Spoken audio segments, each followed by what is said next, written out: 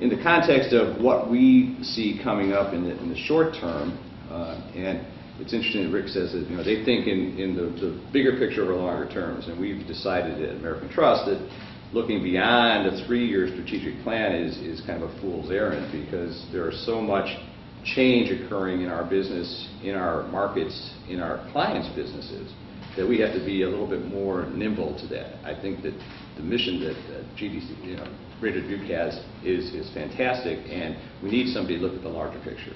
We really need to be more granular in our business. So over the next year or so, we're just putting the bow on our new 3-year strategic plan. So we're making some refinements now. We'll be introducing that probably within the next month or so to our board of directors. And it's going to focus on growth and performance. And obviously we have an obligation to our shareholders. We're a privately held bank, but so the small group of shareholders that we have an obligation to them to perform well and to return on their investment. And as far as growth is concerned, that's really an imperative for anybody in our business, because if you don't grow, you die. And we've been fortunate enough to have significant growth over the past several years, fueled by our activities principally in Dubuque. We also have a couple of offices in Des Moines. So we need to look at how we can better do that. And those, in the short term, and I think that, as I said, banks have a simple mission, and our clients really have simple financial needs at a base level. Consumers and businesses do 2 things with their cash. They either accumulate it or spend it. And so we have to be ready to serve those 2 basic needs through a broad array of increasingly sophisticated financial products and solutions. And it seems that everybody's talked about, to some degree, about technology so far, and our business has become much more reliant on technology, and how we invest in it, how we deploy it, and how we get the return on investment from that technology. So staying with that simple approach then into 2017, and certainly I'll talk about some of the broader influences on what might happen, beginning with the national economic climate and drilling down from there. But broadly speaking, seems like I could probably have done this part of the presentation over the last 5 years at this time of the year. We're looking for slightly higher rates. The Federal Reserve has been trying to get into a position to raise interest rates since the end of the financial crisis. And really, with the small rate increase that we saw last December, 25 basis points, it really was a ripple on the pond. It really wasn't a big splash. We're looking for another 25 basis point increase this December. So at the Open Market Committee meeting next month, they'll come out with, no surprise, probably a 25 basis point move. If it's any larger than that, it'll be a big surprise. If it's not 25 basis points, it'll be a big surprise. So I think the predictive percentage that I saw just this week was 93% of forecasters agree that the Fed will do that. So what does that mean? So a Fed move last year, 25 basis point higher on its base rate, actually lowered mortgage rates within a very short time. So that's an interesting cause and effect there. I'll talk about mortgages in a minute. But so we'll see slightly higher deposit rates into 2017, marginally higher borrowing rates for both consumers and commercial enterprises, and also increasingly enhanced payments options. I think that technology, as I said, is playing a bigger role, digitizing our business to a large degree, and so we'll see more digital play across our business lines. On the deposit side, we're anticipating that beyond the 25 basis point raise we'll see in December, that we're likely to see 2 other increases over the course of 2017 for a total increase between now and December of next year of 75 basis points or so. That will be the biggest upward move in interest rates in quite a while, and it'll be interesting to see what type of impact that has on the economy. We think that, generally speaking, our business does a bit better in an era of rising rates but we know that rising rates on the borrowing side, kind of hinders that activity on the part of our clients. On the other hand, our depositors love to see higher rates, and they haven't seen higher rates in quite some time now. So it'll hopefully be a balance for them.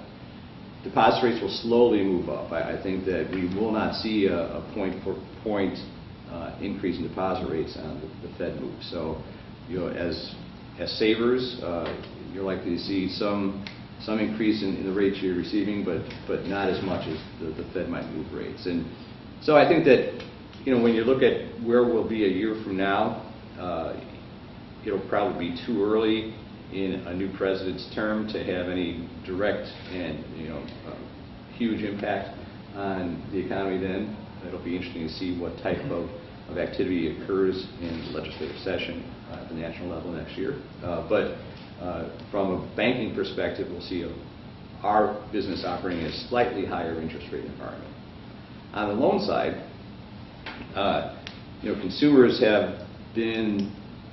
and businesses have been the beneficiary of these low rates, but we haven't seen quite the borrowing boom that you might have imagined, mortgage being an exception to that.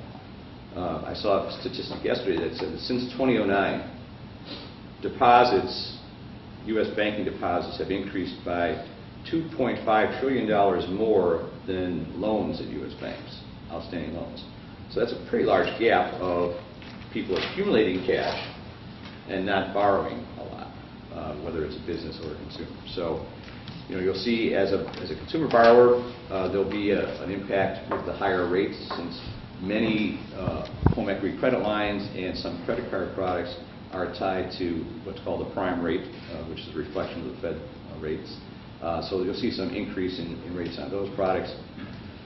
Commercial loan rates will increase on lines of credit that businesses use to fund their operating needs, and either new or renewed term loans that fund their fixed assets. So, but those increases on those loans might be very small, and there might be an increase in borrowing activity leading up to those increased rate environments. Mortgage loan rates, I just read an article in the Journal today that, there's been, one of the impacts of the election last week was to see a significant move in 10-year Treasury bill rate. And the mortgage rates are tied to that 10-year T-bill rate. And so, there was a big hue and cry that said, boy, it's a staggering increase in the 10-year rate, and, mortgage rates are going to increase tremendously. It's going to kill the housing market. Well, the 10-year rate right now is the same as it was a year ago today. So it's not as bad as it seems, and we have to remember that when a 30-year fixed rate mortgage might cost a borrower 4%, that's a historically low mortgage interest rate. The 40-year average of mortgage rates in the U.S. is about 8%. So we're borrowing right now at about half the 40-year average, even at the increased rates that we see since the election. And as I said, last year when the 25 basis point increase went into effect by the Fed, it had a decreasing effect on mortgage rates. So we'll see what happens in December. On the payment side, we'll see increasing digitization, as I said. We know that people, whether it's consumers or businesses, are looking for easier, more convenient payment methods, but in a safe environment. So digital security is certainly a rallying cry for our industry. We're investing much more on digital security than we are in any other category right now, and that's to support our movement and to support our clients in payments. We'll see more mobile wallets, both for consumers and for businesses, more wearable applications like Apple Watches and so on. You talk about a mobile wallet and being able to use Apple Pay or another payment device, payments scheme tied to a mobile device. It really takes better form when you put a wearable into it, whether it's an Apple Watch, a Fitbit, or anything like that. So, but you'll see more of these appearing as well. And check writing, just a word on that. We'll continue to see a decline in that. People have pondered whether or not we'll see a cashless/checkless society in the U.S. anytime soon. Probably not in my lifetime, but perhaps in Molly's lifetime. She's a little younger. So, but I saw another stat, and we're business built on statistics like baseball. And so we, in 2000, the Fed cleared on a quarterly basis an average of 4.5 billion checks a quarter. In 2015, that was 1.5 billion checks a quarter. So the check writing activity in this country for businesses and for individuals has decreased by about 75% over the past 16 years. We'll see that continuation of that. And as I said, those mobile payments and other digital forms of payments will continually and increasingly replace checks and cash as we go forward. So 2017 will see at the start of that, but we'll look forward to next year and beyond to see how it affects our financial services businesses.